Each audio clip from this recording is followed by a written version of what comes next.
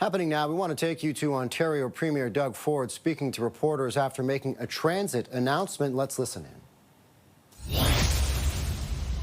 The details we've been communicating, which is most important. I think the Prime Minister is doing everything in his power to get a fair trade deal with the U.S.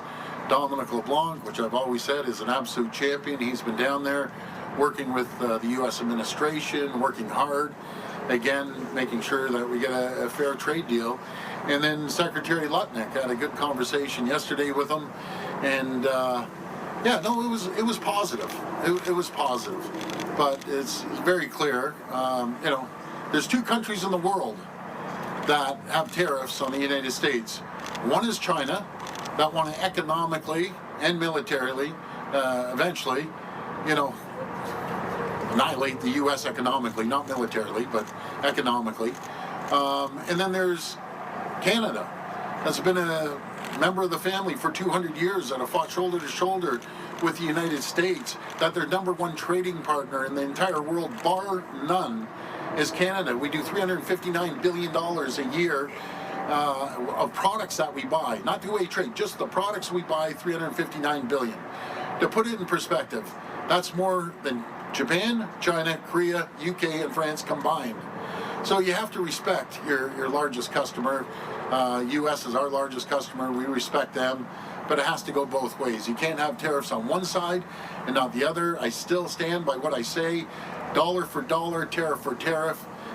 They understand strength, not weakness, and we should never, ever roll over and be weak. Okay, we know that there's a cabinet meeting this morning. There's a First Minister's meeting virtually with the Prime Minister today. I expect you'll be talking about this approach, because right now you and Prime Minister Carney aren't on the same page when it comes to hitting back. In fact, he said, you know, we're only going to hit back if it minimizes the impact on Canada, and he's suggested he'll potentially be removing further tariffs, or we know that Canada has removed tariffs. So how is the public supposed to know which approach works, and is Canada taking the right approach? Well, the Prime Minister is the Prime Minister. He's at the table. Ontario is the largest jurisdiction in Canada, and we're be the third largest trading partner in the world if Ontario is a standalone country. So, you know, and I never recommend that.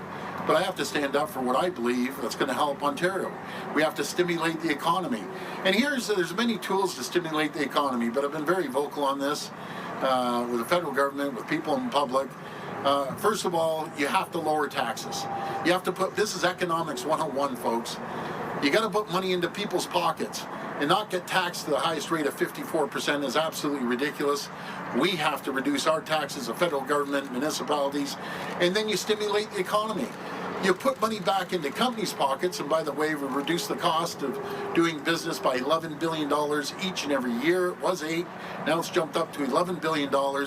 And what companies do?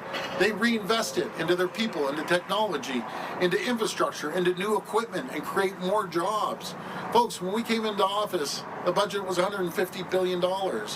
You know, we've seen, and never raised a tax, and I never will. We've seen $70 billion of growth here and investment, because we've created the environment and conditions for companies to come here and invest. We have to be competitive against the rest of the world. The foreign direct investment numbers came out about 2 weeks ago in 2024. And we're doing well back in 2024, and we're going to continue doing it. So we had 409 international companies invest in Ontario.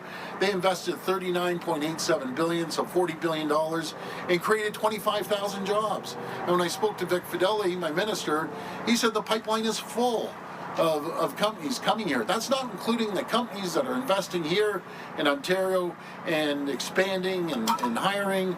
But we have to create those conditions. We have to get the governor of the Bank of Canada to lower those damn interest rates from 2.75, knock them down, build confidence. Let's work together on getting rid of the HST on home buyers, and not just first ones. Let's stimulate the market, and we'll follow suit if the federal government does that.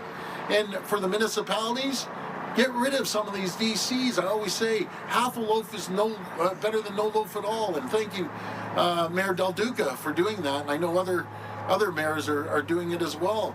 It can't just be two levels of government, the third level saying, no, we aren't doing anything. It's a joint effort of stimulating the economy, the stress test. A lot of young people can't meet the stress test. I understand, and I agree with the stress test, but knock it down a little bit until young people can afford homes. Those are just 4 or 5 things that would stimulate the economy. Like, this is economics 101. It's a no-brainer. So we need to get it done. Sorry for going off, but these are simple things that would get our economy moving. Hi, good morning, Premier. Snay Dougal with the Trillium. A couple of unrelated questions for you this morning.